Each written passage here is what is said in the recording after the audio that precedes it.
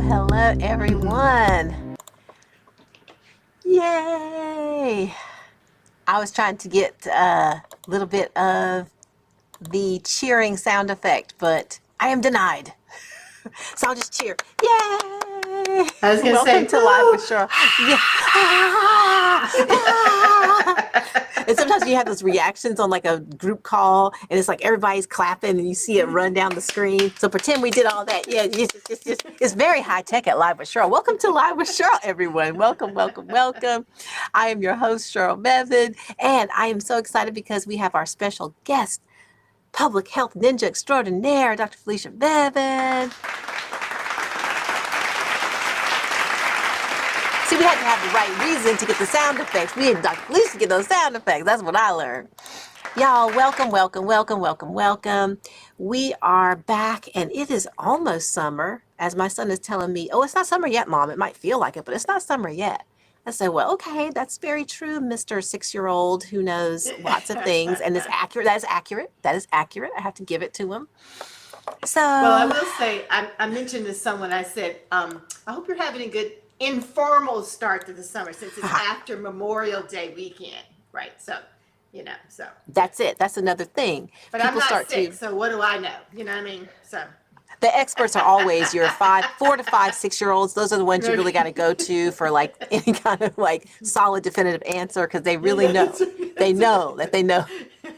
I'm saying he was right though. I don't know. I guess it's just this stage. It's not the summer solstice. We get it. No. We get it. No.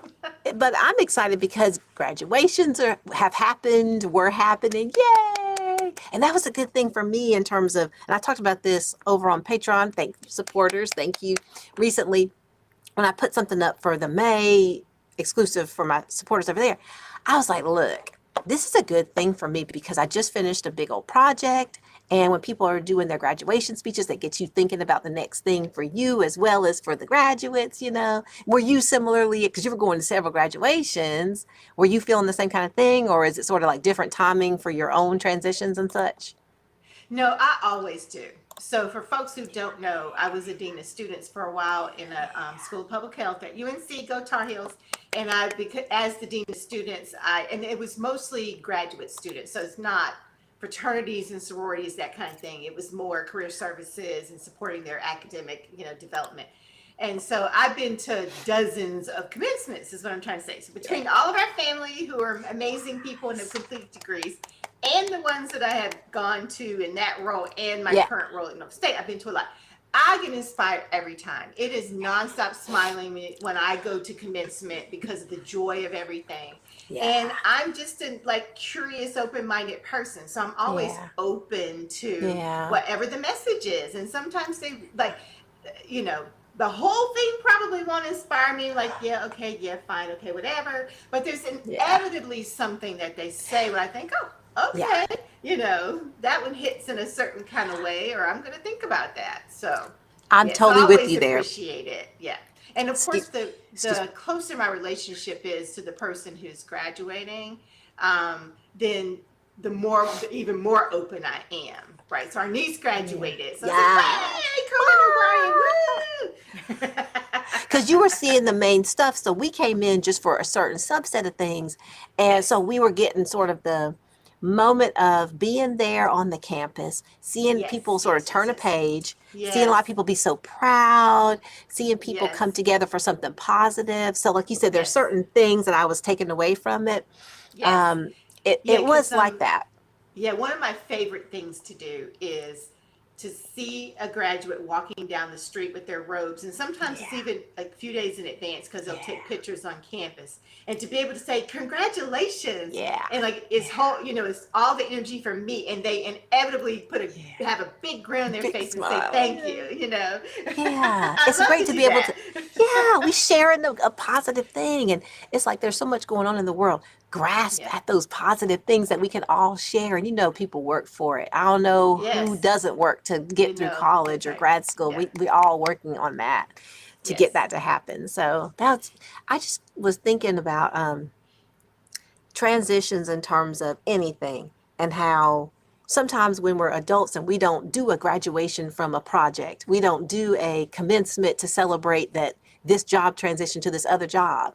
It feels like you have major transitions when you go into non-formal spaces where we don't all gather to celebrate it. So sometimes we have to stop and do that. And I'm just sort of trying to encourage my husband and me to celebrate all kinds of small things in my creative business, because if we don't, we're just missing that chance to feel, okay, we worked for this. Okay, this happened. Okay, good. Yes. Come on, we don't have to wait till it's all done and I'm retired to say, let me celebrate again, That because was sometimes great. that's Yeah. it. Yeah. No, I mean, I totally agree. And I've also read before that um, in the repetition of things, you remember them more, right? So if I do something that I tell you, I'm more likely to remember the details. So there's some value in sharing. So I also feel like there's value in celebrating, because Yeah. then it'll help you to remember those Yeah. accomplishments that you had. Just because it elevates it just a little bit more, and you might remember something cool that you did. Oh, remember when we went out because of that? Right, Then right. so yeah, I'm all for that. I love that. I love that. It seems like sometimes in the push to try to grow my business, or in the push to say, okay, I'm going through different changes, so I want to make sure I tackle this part of perimenopause or menopause or whatever a certain kind of way, in the push to get things done. Basically, sometimes you feel like, okay, I got to do this extra thing and do this other thing. And sometimes it's nice when you're just like, let me reflect on what I have already done, because sometimes we are doing and doing. And our Auntie Lane was saying, do you even know how many things you're doing? And I was like, thank you, because that was a moment for me I think we had just moved back to North Carolina, be closer Uh-huh. to family. And so we were on that kind of move time where you're just like, go, go, go, go, go, go, go, go, go. But then we had moved. And so it was like, okay, that's a little note to say a lot is going on. Maybe I can take a breath to acknowledge more of it instead of race to the next thing. But yeah, sometimes you can't for very long take a breath, but a breath Sure. doesn't take that long. So you can take, like, a breath, not like Good 20 point. Good breaths. point. Right. Good point. Good point. I'm just laughing. I'm laughing at myself. But so I've been doing that. I was sort of looking at how, for me, I will do my little segment. So on this show, we talk about all kinds of creative things going on. I got all kinds of updates going on in my creative life and things connected to my STEM background, all this kind of stuff. So I'm going to share with y'all updates as I create. But I had some projects wrap up recently, so that got me thinking about going into the summertime, even though it's not officially summer yet, but going into this time after my son gets out of school next week. We want to start doing some more things on our more so family timetable, and then get in the work around it, get in the business around it. So, right in step with that, one of my major projects where I had been doing acting for an AI project, but also a lot of directing for an AI project. One of those is wrapping up. So it's not fully wrapped up necessarily. It might be one more little round of things, but the great majority of it's wrapped up. And I just was getting so much good experience meeting people who were super talented, very diverse in their approaches to acting, diverse in the ways that they came into voice acting, just a wide range of folks. And then I'm also being able to do acting on the project. So that made me feel more comfortable about directing, because I was like, okay, I know what I didn't really understand about that when I was trying it. So I felt really good about the whole experience of doing that project. And I wanted to say, oh, okay, well, this is sort of wrapping up right around the time when we're traveling for not vacation, but traveling for graduation. It was like hardly a vacation, because it was up and then back, and then travel can be a lot. But I was thinking about how I do want to put in some more vacations, and it's sort of like you have to step away from go, go, go in order to have something to reflect on, to put into your art. You have to have a life in order to make good art. Yeah, people say that. Yeah, I was out of the office for about 2.5 weeks, and it was some combination of, I know, right? And it was some combination of retreats, and then one of my team members graduated with her master's degree, so I drove for her ceremony. That was one of my four, which was awesome. So some combination of, well, if I got in at midnight, so I'm gonna work from home the next day. So I just was out of the office. And that was so true. I mean, I did a variety of things. So, 2.5 weeks, it's still, because your schedule is disrupted, Yeah. you don't necessarily get all the best sleep. but my mind felt refreshed. It really did. I was like, oh, okay, this is what this is about. I just don't take a lot of long periods of time out of the office, at least not in the last few years. So it was Because you're building, Yeah, building right. things. Yeah. So in the So interest of focusing on that, you're on the go right. with that. Yeah. Yeah, and it's all so- good. It's very exciting. Yeah. But it was really nice to take some time away and, like you said, just relax and let your brain work in the background and do some other things. So, Yeah. It's important. It's like being human. We need to have that time away from just achieve in order to process some things in a different way. So I think that'll help out for when I go back and try to achieve more in my business, achieve. I'll have some more things to put into my art. So that's one of my updates. And then I'm also doing some more with the Duke SP program and getting excited about doing that. There's going to be a familiar case. I think I've done it in the past. So that's going to be in a couple of weeks. I don't think I have a lot of major auditions that I've been doing recently because I was really busy with the project that pretty much wrapped up. Sometimes I have some really cool auditions that came up, but I don't think lately I've had anything. But then with music, excuse me, I was doing some pitching and educating myself. I was just a part of today, and then for the next couple of days, a really cool webinar educating musicians about the licensing, the music, TV, and film licensing, music for film and TV licensing space. It's called sync. When you're doing the sync industry in music, you're trying to get your music synced up to videos. You can get the licensing money, and it can be a really good revenue stream for musicians. So I've been pursuing that for years, and I definitely have different strategies because I want to really get some extra zeros on those royalty statements I get from ASCAP every quarter. So I have my goals, and I want to keep learning and learning so I can get there. And I also want to do some more networking. But one of the things I got to do is just make sure I'm aware of the latest this and that about whatever's going on. So I'm educating myself, and I was doing some remixes and things. But right now, more of what I'm focusing on is I'm back to editing my short film that I shot at the end of February with my colleague that I met through the Duke SP program, Standardized Patient Program. So I'm excited about that. I've just started getting back into it, and I watched a bunch of short films to get inspired because I had a vision for it when I wrote it with my collaborator mine who's the main actor in it. I also am in it too, and I'll tell y'all about him and everything once I shot it. But I'm hoping I'll have it out on my birthday, so y'all, that's coming up in a couple of weeks. So I'm thinking that's going to be the case, and I'm thinking I might actually do some kind of remixes with it because there's a playful part of it that's sort of creative, and I'm thinking I could do in the edit bay, I could do a lot with this one section. So I might do some remixes of it, remixes of my short film. You know, us artists, we're like, hey, works over here in this genre, pull it over here, apply it over here. So that's really good. I've gotten back into screenwriting with regard to that. So I've been reading films and pilots, at least the beginnings of them recently. And I gotta say, I really do appreciate the art form of screenplays, but I do want to make less of time for studying things just to study them because sometimes you can appreciate the craft, but I'm really looking for the art that really inspires me. So I'm sitting down reading some things just because a lot of people have said this is so great. I didn't want to watch the thing. I just was like, well, okay, I need to study. So I'm reading this unnamed thing. I will not name it. And I'm just like, well, it's really well done and there's a lot of action there, but I'm not watching this. So I think at this point, I don't want to be closed-minded about not studying other people's work, but I need to confine myself to the things that I'm like passionately like, yeah, that really moves me. Because otherwise I'm just thinking, at this point, I'm not doing art for art's sake or business for business's sake. I'm doing stuff that means something to me. And that's what I want to see when I'm looking and studying. I want to see stuff that just, I think, oh man, I wish I had made that myself. That kind of stuff. Yeah. So that's what I've been doing with the writing, back on the editing of the short film.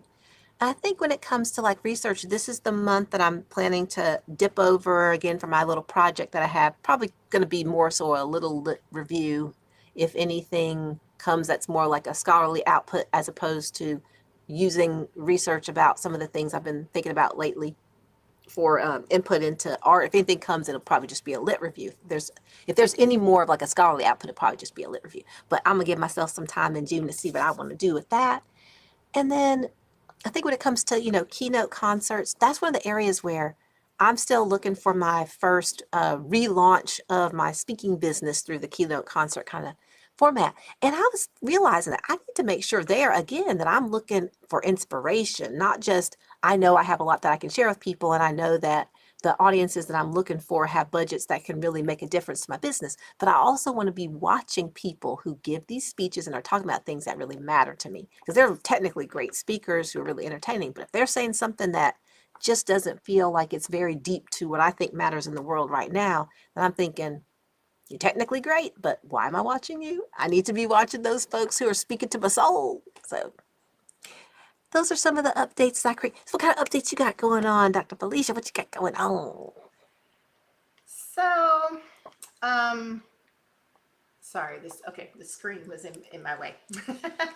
So, I've been sort of teasing that, I'm working on things and I'm not quite ready to announce, and I'm getting this close. But I will say, I'm going to be relaunching a podcast that is going to be on the radio station that's produced through, it's WNSB through Norfolk State University. And we're going to start recording again in June, so we can start releasing again in June, July. So if not next time, I'm pretty sure the time after that, then I'll be able to talk about our first couple of episodes. It's going to be weekly, broadcast weekly. But then it'll also be available, as a podcast. So I'm very excited about that because I love doing it. Just at the same, I love you, okay, but also part of the reason I'm here is because I just love this format. I love talking to people. I love talking about things, and I love doing it in a way where I can. It benefits you to be able to be spontaneous. So just for the record for everyone, we don't consult in advance about what we're going to talk about. Cheryl has an overarching thing and then I respond. And I like doing that. So, I talk to people all the time and I'm pretty quick on my feet. And so the podcast that we have related to public health is sort of similar, so it has an overarching structure. But then as you talk to people, you pull things out, you go here or there, and I just really enjoy it. So I'm looking forward to relaunching that and then sharing it. As soon as we have our first episode broadcast, I'll talk to you guys about it. So it's going to be so good. You're so good at it. And I love when people sort of say that too, because they recognize just how your background there is even more like enriching what you talk about. And like you said, you're just really good off the cuff here and there. And we benefit everywhere where we can see you do your thing. So that'll be fun. It's fun. You're familiar with the production schedule too. So it's like you already have worked all the bugs out of that. So it's fun to go back sort of old homes, Yeah. Exactly. Yeah, that's exactly right. Like I'm not nervous about it because I produced about 30 episodes before. Then we had to take a bit of the hiatus. And I'm working with someone on my team. And WNSB is going to help us with production. So I'm just super excited about it. And like you said, this is something I've always wanted to do, regular media projects and communications projects, because that's what you said, like that's my passion. That's where the fun is. But it's also important because we talk about things that mean things, but I'm hoping to do it in a way that's engaging and open for a general audience. And that's really what I want to do even more projects on. So it kind of combines to me that public health or that need to help people as well as what I think is fun. And that's the sort of a sweet spot, right? So, or a sweet spot. So I'm very excited. I find it sweet.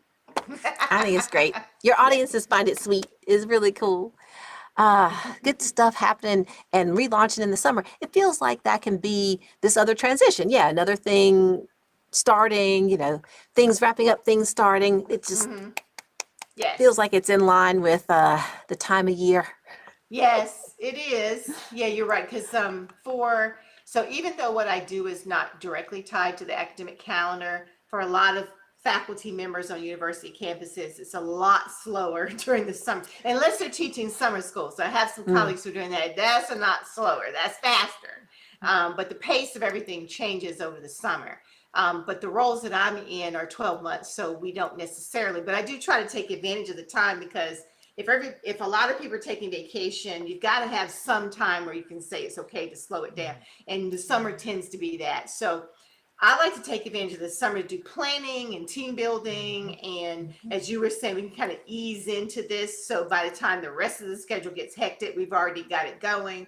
And so it is a good time for for transition. And you can have the other thing I like to do with the podcast is over the summers, one of the topics I want to have is a music festival that's coming up in Norfolk a few weeks later. So you can do those fun things about being at the beach, or you can weave in some outdoor or things that are just purely fun because it's that time of the year. And then as we transition to school years, okay, it's back to school.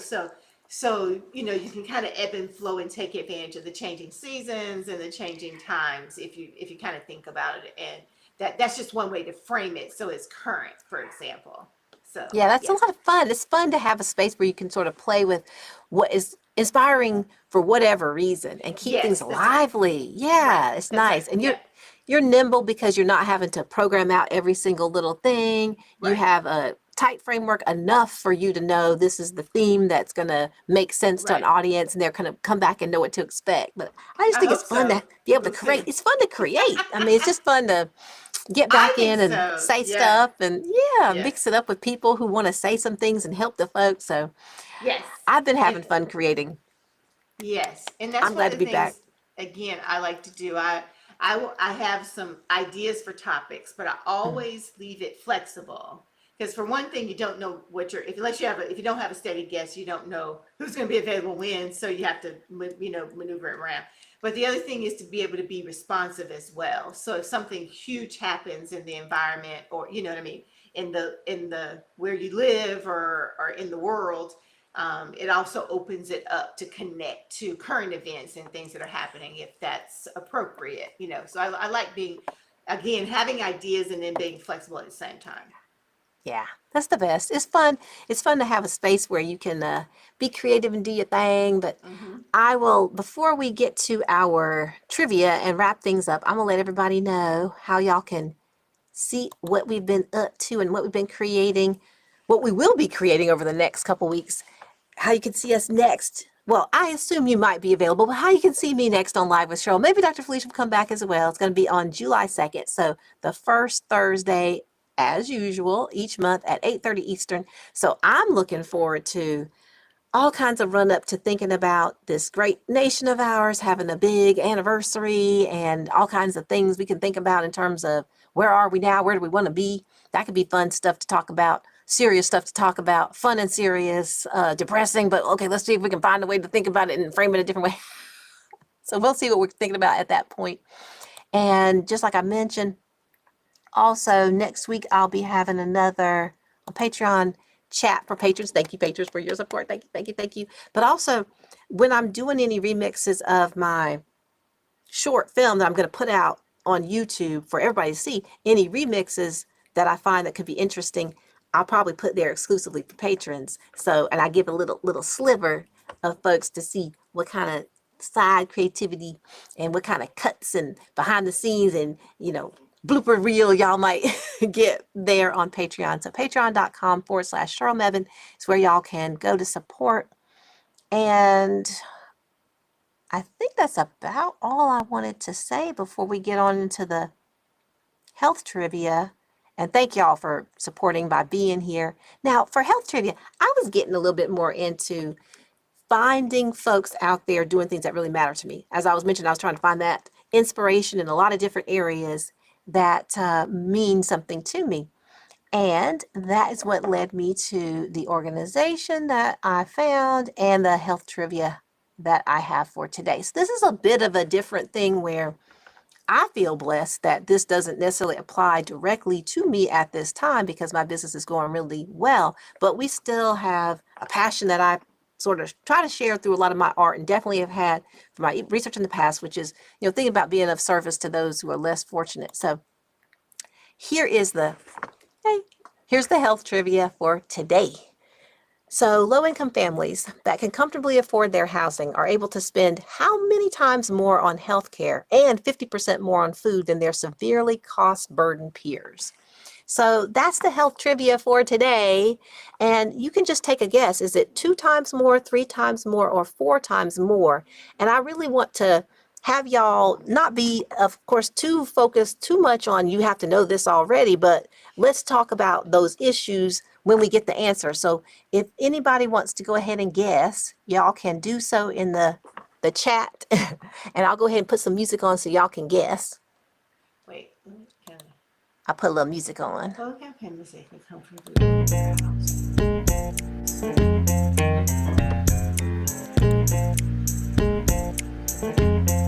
wait. So low-income families that can comfortably afford their housing are able to spend how many times more on healthcare and 50% more on food than their severely cost-burdened peers? We have a guess, and it is correct. The right answer is 4 times more. And that's what we got from Tim. Thank you, Tim. So let me go ahead and celebrate you for that. So it just so happens that is the answer. And this is me really wanting to call out this Health in Partnership. They're a group that I ran across. I don't know if you're aware of them. There's so many different really good organizations out there working to further public health, but they're trying to build some awareness about all kinds of different studies. This one happened to come out, I think in December is when they put a report out about this report in general. And then what they're trying to do with a Health in Partnership is, let me just go ahead and hide that answer. What they're trying to do is make a link between public health and different capacity building, not capacity building efforts, but community empowerment efforts. So they're trying to work with the translate studies, get public policy information out to the public, and then also let's take action on that. So they're partnering a little bit more and not just translating public health studies and information that comes from the research side. They're also in that organization trying to partner for communities who are organizing essentially to try to get things moving that can relate to public health. So they're using public health as data sets that can inform people in public policy around health, but also link maybe to some things that people wouldn't think about maybe as much. One of the things is if people are able to have rent control in their housing, what can they then spend that money on? On healthcare, on food. So they're trying to do this little bit of a link to help push on housing because they're looking at that synergy of if you're low income and you don't have to pay so much for the housing, what are you actually paying for? And they've done studies and pointed to studies to look at that. Does that make sense? Did I lay it out? Well, so this is public health actually, right? So right. It's exactly public health. It is, right. So within public health, there is the frameworks and models and approaches people use link social drivers of individual and group health and community health, and access to housing, access to education, access to those things linked. And it's also one of the 10 essential public health services to do advocacy and policy development. And so they're right in at the hub of public health in terms of linking those things together. It's not unusual for public health people to do this kind of thing. It is within any industry actually that some people will lean more towards the academia generating data and knowledge, and then some people are out there, like you said, using that data for advocacy and politics. Right. So there's a spectrum, but all of that is public health is comprised of all of that. Got it. Because they're trying to emphasize that they come from that more academic and trying to inform policy action at a government kind of level. So they come from that background, I think. But then they're also now trying to pivot and work more on another side of public health. So that's interesting to know that that's all just subsumed within. It's all connected. It is. That's good to know. And, you know, my training is health policy, right? So that's the intersection of sort of understanding how you think about distribution of resources, and it particularly in terms of what governments do, like the allocation of government resources in order to have programs that benefit people or not. Like, how do you make those decisions? How do you do it in a way that benefits the most people, if that's one of your goals or whatever? So So I people love that. are trained to do that. Yeah. I love that space where there doesn't seem to be so much friction about coming with the data, coming with the um, idea about how to achieve some ends, and then partnering with advocacy groups. Because in some spots, we're supposed to sit, because, I've worked in chemicals policy, and that was a very different spot because it was industry connected. And so you can't privilege a certain part of your regulated body. So that's a real different policy kind of space when you're talking about regulation versus a policy space that's a bit different and is, I guess, a little bit more connected to advocacy. And there's not considered, I guess, so much of a conflict of interest if you were to Well, connect closely to advocacy. yes That's what and I'm no. hearing. That's what I'm hearing from you. Well, health and public health is like a multi-trillion-dollar industry. So there are aspects of that where people are going to commandeer the data in order to have their business, right? I mean, so the data are not free flowing to inform decisions. There are still constraints. But I think it is baked into a public health approach that for example, Masters of Public Health programs are accredited, and the accreditation requires that we teach that students walk away having developed 22 competencies, and they're the same competencies no matter who offers the MPH program. Is defined that way, so you have to address these competencies. There are at least one or two competencies that are specifically about advocacy. I love it. So it is recognized that public health practitioners at least need to have some understanding of the role of advocacy and the influence that it can have in influencing decisions. And that can be within an organization, or it could be public to policymakers and government. It could be straight up political to help people get elected, or it can also be to develop medical devices or something, that is more technical, or it can be about the environment or whatever. So it is recognized within public health that you have data analysis, data development, but there is also a lot of language that's about evidence-based fill in the blank. Right. So higher education has that, public health, like there are a lot of areas. But so even within public health, there are going to be sectors where it is very tightly controlled. Right. That makes sense. Yeah. Because there's a it's private vast. sector related to health. So, Right. they're going to, they're going to be Right. pretty tight with that too. I just think it's so fascinating because I didn't go to school for policy, even though I had to learn some of the how do you do this work here so that you don't fall prey to anything that could look like bias. You have to understand when someone is trying to pull you into something and advocate, and you have to make sure that you do not fall prey to that or to seem to fall prey to it. So I definitely had to get sort of familiar with the role of advocacy in policy and make sure I did not slide away from what I was supposed to do in my little tiny speck of a spot in that whole ecosystem of, policy being enacted. That's fascinating. But I want to go ahead and thank you for, I love learning. This is so fun. But thank you for educating me on the vastness of your area. And I just love seeing people doing something that I really care about, which is trying to take our deep knowledge and getting it out there so people can benefit. So that's what I was loving about that organization. And they have a lot of different topics that they're speaking on. And they're based in Oakland, where I used to live. So some of the topics that they're talking about around intersection of public health and other things make a lot of sense to me. And they're sort of germane to a lot of different cities and even to just poor communities everywhere. But let's get back to who got it right. So Tim, you got it right. So do you want to hear the theme song on the way out, or do you want to hear my own choice of something different while I thank Dr. Felicia, our public health and ninja extraordinaire? You didn't even have to sneak into public health. All you had to do was just educate me when I started talking. It was right there.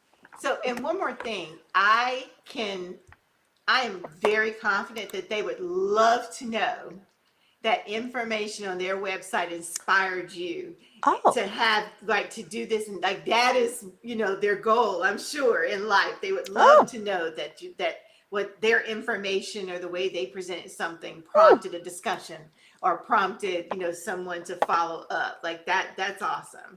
So I should let them know, because let the people know when they inspire you, That's a good, thank you, Dr. Felicia.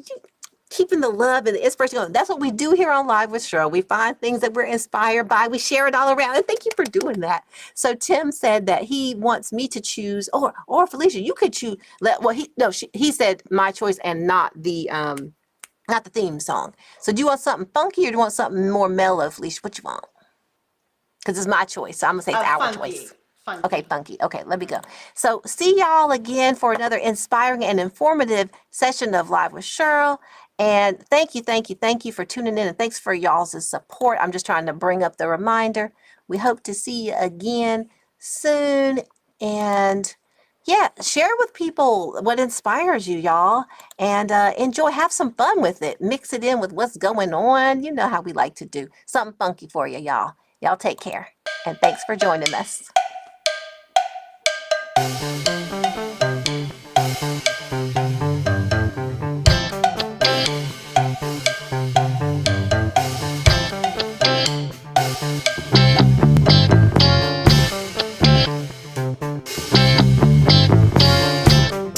You ever have one of those moments, right there, one of those moments when you realize something? Hey now,